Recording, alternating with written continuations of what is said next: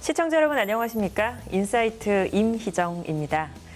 농업은 국민의 먹을거리를 생산하는 아주 중요한 산업이지만 오늘날 고령화와 이상기후 등으로 아주 큰 어려움에 직면해 있습니다. 이 대한민국 농업의 지속가능한 미래를 위한 해법은 무엇일까요?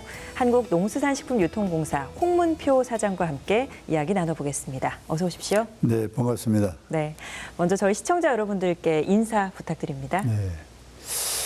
인사이트는 제가 알기로는 오늘을 알려면은 인사이트를 봐야 되고 또 내일을 우리가 예측하고 알려면은 인사이트를 알아야 된다. 네.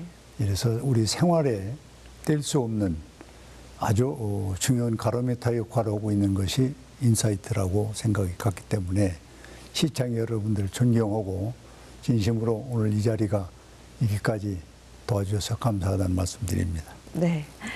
일단 먼저 이 질문을 드려야 될 것 같습니다. 한국농수산식품유통공사, 일단 기관명을 보면 예측이 되기는 하지만 구체적으로 좀 어떤 일을 하는 기관인지 설명해 주시겠어요? 상당히 이름도 길고 복잡합니다만 네. 간단하게 단답으로 말씀드리면은 5,200만 국민의 먹을거리를 안정적으로 공급하는 것이 유통공사다. 그리고 우리 농촌 농민이 생산한 농산물, 식품을 해외 수출하는 네. 그런 업무도 함께 하고 있다. 이렇게 말씀을 드립니다. 그러니까 정말 중요한 기관이다. 네. 이렇게 표현할 수 있을 것 같은데요. 보니까 지난해 8월 사장으로 취임을 하셨습니다. 근데 평소 농업과 관련해서 좀 강한 신념을 가지고 있다고 들었는데요. 어떤 걸까요? 뭐 아시는 것 같이 농업은 쉽게 생각할 수도 있는데 가장 어려운 것이 농업입니다. 네.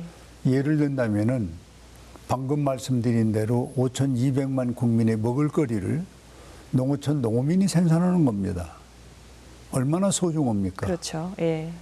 그런데 지금 생산이 제대로 안 되고 농촌이 노후화되고 인력이 없고 또 농사를 져도 수지 타산이 맞지를 않고 네. 이것이 한국 농촌의 현실인데 여기에다가 지금 엎친 데 겹치는 격으로 기후변화가 왔거든요. 이거를 해결하지 않으면은 한국, 대한민국, 저는 농어촌이 어려우면은 대한민국이 저는 어렵다. 네. 그래서 농어촌의 이 어려운 것을 해결하는 우리 대한민국 정부, 정치, 경제, 사회가 이제는 총동원해서 농촌 살리기 이 문제에 우리가 올인할 그런 때가 왔다. 그렇게 전 주장을 가는 곳마다 하고 있는데 네. 오늘 이 방송에서 이런 기회를 주셔서 진심으로 감사한 말씀을 드립니다. 네. 보니까 사장님 좀 농민의 아들 출신이고 농업 전문가로서도 여러 활동을 해오신 것 같아요. 어떻습니까? 뭐 농촌에서 태어나서 농대를 나오고 또 국회에서 오랫동안 있으면서 네. 농어촌 문제를 거의 상임위에서 전담을 했고 또 예결위원장과 또 교육위원장을 하면서도 농업을 제가 끈을 놓지 않고 계속 관심을 갖고 있다가 오늘이 이제 유통공사 사장으로 있습니다마는 네. 저는 이 방금 말씀드린 대로 농업을 소홀히 한다든지 농업이 발전되지 않는 나라는 국가 발전이 없다고 봅니다. 뭐 단적으로 표현해서 노르웨이나 덴마크나 스위스, 호주 그런 나라들이 지금 복지국가로서 자리매김을 완전히 하고 있는데 네. 그 중심에는 농어촌 농어민이 다 잘 살아요. 그러니까 우리나라는 그와 반대정도의 상황을 지금 이루고 있거든요. 네네. 그래서 정리는 저로서는 이 문제가 한국도 빨리 이 문제를 시정하고 정책적 보완이 있어야 된다. 이렇게 보고 있습니다. 말씀하셨지만 국회의원으로 의정 활동을 해오셨는데 4선의 국회의원을 지내셨습니다. 여러 활동을 해오셨겠지만 또 특히나 좀 기억에 남는 활동들은 어떤 것들이 있을까요? 방금 뭐 말씀드린 선상입니다마는 농어촌 농어민이 농사를 지면 빚을 지고 네. 안 지면 실업자가 되고 네. 이런 그 소위 연속적인 고통을 겪고 있는 것이 현실인데 이게 왜 그럴까 하고 나름대로 분석을 좀 해봤어요. 그랬더니 농사 짓는 비용이 많이 들어간다는 것입니다. 네. 그래서 농사 짓는 비용을 줄이기 위한 방법이 뭐가 있을까? 그것이 이제 농사 짓는데 돈이 제일 많이 들어가는 것이 면세유라는 것입니다. 지금은 기계가 아니면 농사를 질 수가 없거든요. 그렇죠. 거기에 들어가는 기름이 면세유입니다. 네. 그래서 이 면세유법, 이게 1년에 우리 농어촌 농어민 축산인들이 2조 116억을 씁니다. 그것을 제가 면세유법을 만들어서 네. 면세법을 만드는 것이 가장 저로서는 보람이 있는 일이라고 보고, 또 하나가 있다면은 이제 기계화된 우리가 농업을 하고 있거든요. 네. 그래서 농기계를 살려면은 이제 구입 자금을 해서 살 거 아닙니까?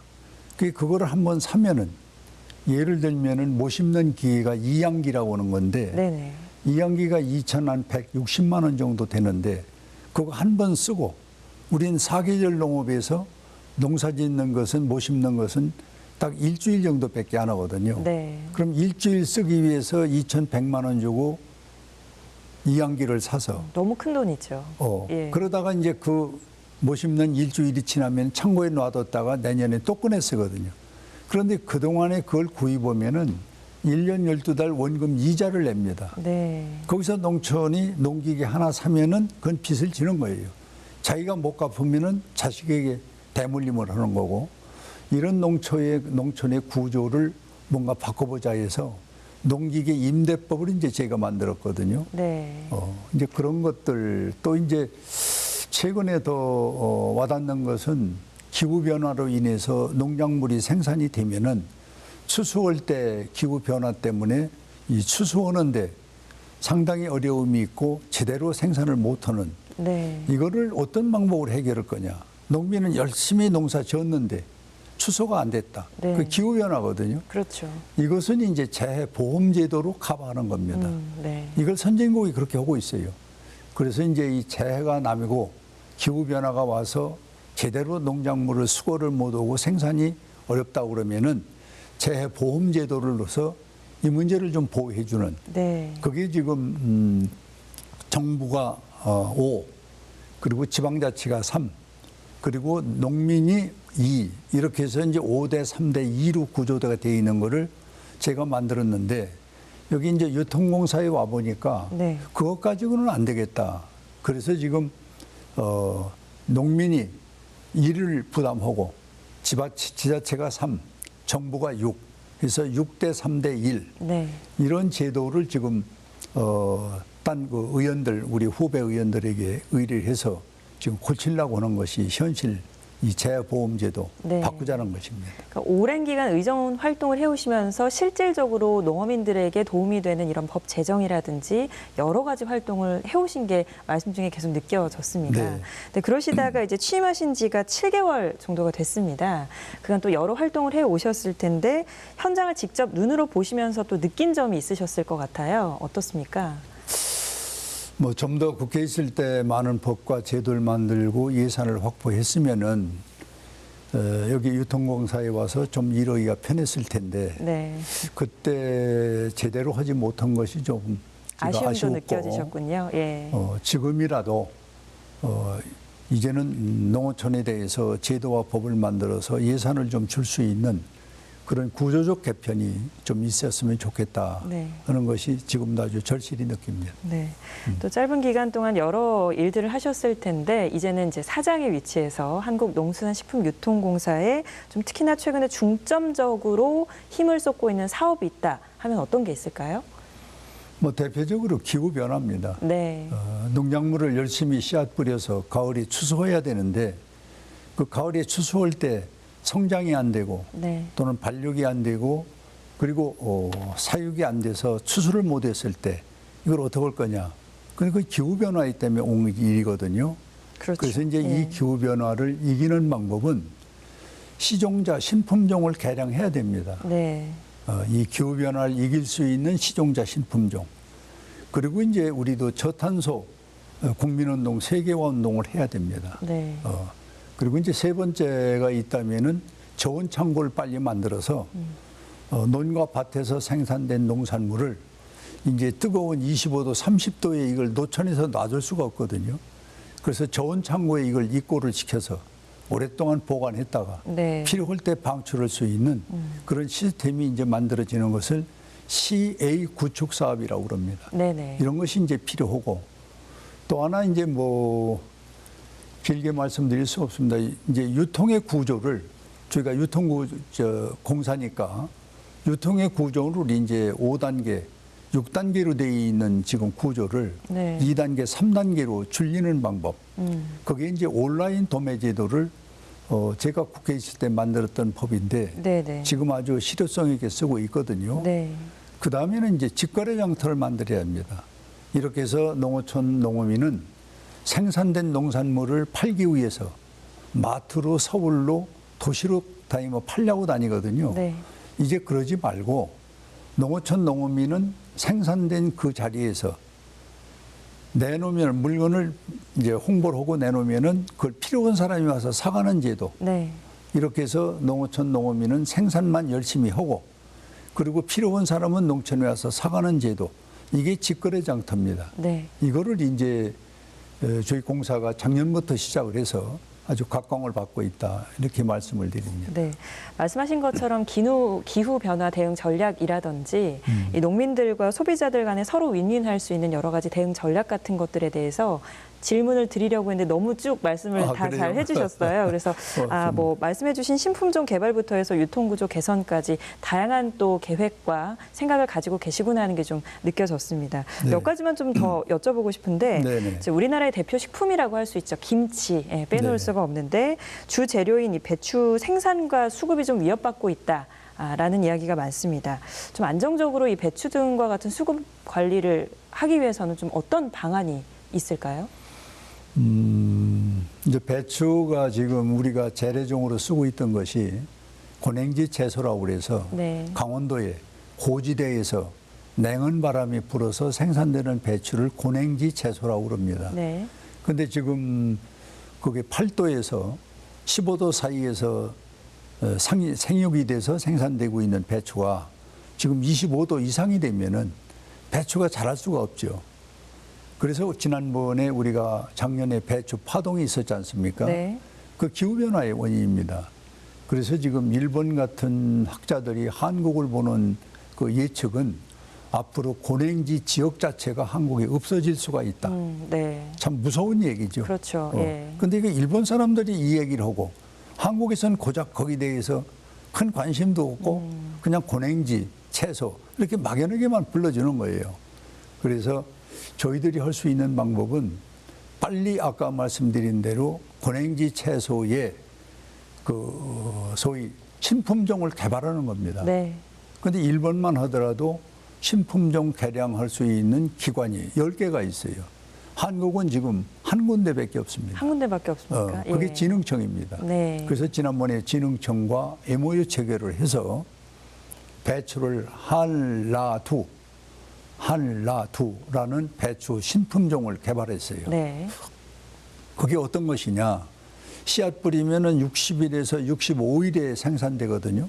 배추가. 네. 근데 이건 40일에 생산되는 배추를 신품종을 개발한 네. 겁니다. 훨씬 빨리 생산이 되네요. 그렇습니다. 예. 그리고 이제 내용의 결과도 좋고 이거를 이제 우리가 좋은 창고에 넣었다가 필요할 때 이제 방출한다 그러면은 네. 이 기후 변화를 최소화할 수가 있다. 근데 이런 정책과 이러한 우리가 소위 신품종을 개량하는 것이 기후 변화를 빨리 이길 수 있는 것인데 아직 우리 국가나 또 많은 기관에서 기후 변화의 테마만 크게 갖고 있지 네. 강론이 없어요. 그래서 저희 유통공사가 모처럼 이제 기후 변화를 이기는 소위 7가지 아젠다의 정책을 내놓고 하나하나 이제 실천하기 위해서 최선을 다하고 있다. 네. 이렇게 말씀을 드립니다. 말씀 계속 나누고 있지만 기후변화 정말 중요한 주제 중에 하나입니다. 보니까 네. 올 여름은 더 빨리 찾아온다라는 전망이 그렇습니다. 있더라고요. 그래서 이제는 계절이 오면 폭염, 폭우, 폭설, 너무 극한 기후가 있기 때문에 식량이 더욱더 위협받고 있지 않습니까? 사장님께서는 평소 식량이라든지 주식에 대한 좀 또 신념이나 생각이 많다고 들었습니다. 어떤 게 있을까요? 이 식량은 사람이 먹는 거 아닙니까? 그렇죠. 그런데 그 개념을 우리는 코로나에서 자기 부모가 죽어도 가지 못했었던 3, 4년의 참 그런 기간이 있었지 않습니까? 네. 그런데 이 기후변화는 코로나가 10이라면은 기후변화는 100이에요. 네. 그때는 백신이 나와서 코로나가 어느 정도 안정이 됐지 않습니까? 이 기후변화는 백신이 생산돼서 안정할 수 있는 게 아닙니다. 자국민이 서로가 노력을 해서 네. 먹고 살기 위해서 최선의 이제 과학적 발전을 해야 되는데 저는 이 식량이라는 개념을 이제 우리가 바꿀 때가 됐다. 네. 그래서 대부분이 쌀을 주식 개념을 갖잖아요. 이 주식 개념을 오곡으로 바꾸자는 거예요. 오곡. 예. 쌀, 보리, 콩, 옥수수, 밀 네. 이렇게 바꿔놓으면은 우리가 이 주식이라는 것이 이제 다양한 곡식 오곡이 됐을 때 우리가 보편적으로 이제 많은 곡식을 주식 개념으로 사용할 수가 있잖아요. 네. 그리고 이제 더 중요한 거는 구라파나 유럽이나 미국도 밀이 주식이던 그들도 지금은 쌀을 필요로 합니다. 네. 주식 개념이 이렇게 바뀌어가고 있는 거죠. 그런데 우리나라는 아직도 주식하면 쌀의 모든 거를 다 집중을 하고 있거든요. 네. 그래서 이제는 타작물 재배, 쌀만 농사를 짓지 말고 네. 타작물을 농사를 짓자. 그걸 사곡으로 지으면은 쌀보다 부가가치가 더 있는 그런 국가의 정책이 절대적으로 필요하다는 것이죠. 네. 또 잡곡밥이 건강에도 좋잖아요. 아, 그럼요. 네. 그러니까 쌀뿐만이 아니라 오곡으로, 그러니까 다양한 이제 품종 개발부터 해서 좀 주식의 변화를 좀 넓히자. 그렇습니다. 라는 신념을 가지고 계시는군요. 그래서 네. 이제 최근에 유럽 쪽에서는 우리가 상상 못하는 이제 아이디어들이 나오는데 먼저는 이제 생명산업이라고 있잖아요. 네. 우리가 이 식량을. 근데 그게 조금 지나가니까 이제 식량 무기라는 표현을 공공연히 씁니다. 예, 예. 식량 무기. 네. 우리나라는 또 여러 가지 지리적 여건에서 식량 무기라고 표현을 써도 저는 조금도 손색이 없다고 봅니다. 그래서 이제는 식량이 생명산업, 안보산업, 그걸 넘어서 식량은 무기다. 네. 이렇게 저는 국가적 아젠다나 사회적 동의를 받아서 우리가 좀 더 발전한다면은 이 식량 문제를 좀 더 높은 수준에서 해결할 수 있다. 이렇게 봅니다. 네, 식량은 무기다. 예, 네. 사장님의 강한 의지가 느껴지는 말이었습니다. 네. 또 이 질문을 드리지 않을 수가 없는데요. 요즘 또 K푸드가 세계적으로 아주 큰 주목을 받고 있지 않습니까? 아주 참 기분 좋은 소식인데 실제로 그 농수산식품의 어떤 품목들이 좀 많이 주목을 받고 있고 해외에서 좀 인기가 많은지 알려주실 수 있을까요? 뭐 주로 우리 지상 보도가 나와 있는 대로 김치가 네. 아주 최고의 대표적이죠. 대표적으로 예. K푸드를 낼 수 있고 그다음에 김입니다. 김. 네. 네. 김은 참 아주 세계적이에요. 그다음에 딸기. 딸기. 뭐 그다음에 이제 우리가 그 냉장에서 이제 요즘에 많이 쓰고 있는데 소위 김밥. 네. 이런 유형으로 해서 한 12가지 정도의 품목은 지금 외국에서 필요한 나라에서 달라고 해도 그 공급을 제대로 못 할 정도로 네. 풍기 현상입니다. 네. 그런데 이 아시는 바와 같이 이런 농산물은 이 플라스틱으로 찍어내는 게 아니잖아요. 그렇죠. 1년 내지 2년 또는 7, 8개월 공들여서 땀 흘려서 생산하는 농산물이기 때문에 네. 외국에서 인기가 있어서 주문한다고 해서 금방 줄 수가 없어요. 맞습니다. 예. 그래서 이제 우리가 미리미리 이와 같은 K푸드의 이 선풍적인 바람을 잘 국가가 활용하면은 네. 우리가 그동안에는 반도체로 이 대한민국이 먹고 살았다고 해도 과언이 아니지 않습니까? 이제는 농산물 수출로 네. 우리가 먹고 살 수 있는 이런 시대를 우리가 개척하고 만들어 가야지 이 반도체만 우리가 연연하는 시대는 이제 지나갔다. 네. 그래서 농산물 수출, 식품 수출로 네. 이제 제2의 반도체에 우리가 성황을 이뤘던 그런 시대를 우리가 만들어 보는 것이 국가적 차원에서도 네. 저는 꼭 필요하다고 생각이 됩니다. 말씀해 주신 것처럼 식품은 공산품이 아니니까 네, 네. 좀 더 구체적인 계획, 좀 넓게 바라보는 안목도 아주 중요할 것 같습니다. 이렇게 해서 긴 시간 이야기 나누고 여러 가지 말씀을 또 해주셨는데요. 또 농업을 사랑하고 농업이 얼마나 중요한지에 대한 마음이 느껴지는 말들 잘 들었습니다. 저희가 마지막으로 이 질문 드리겠는데요. 임기 내에 또 하고 싶으신 일들이 많이 있으실 것 같습니다. 꼭 이루고 싶은 목표가 있다면 어떤 게 있을까요?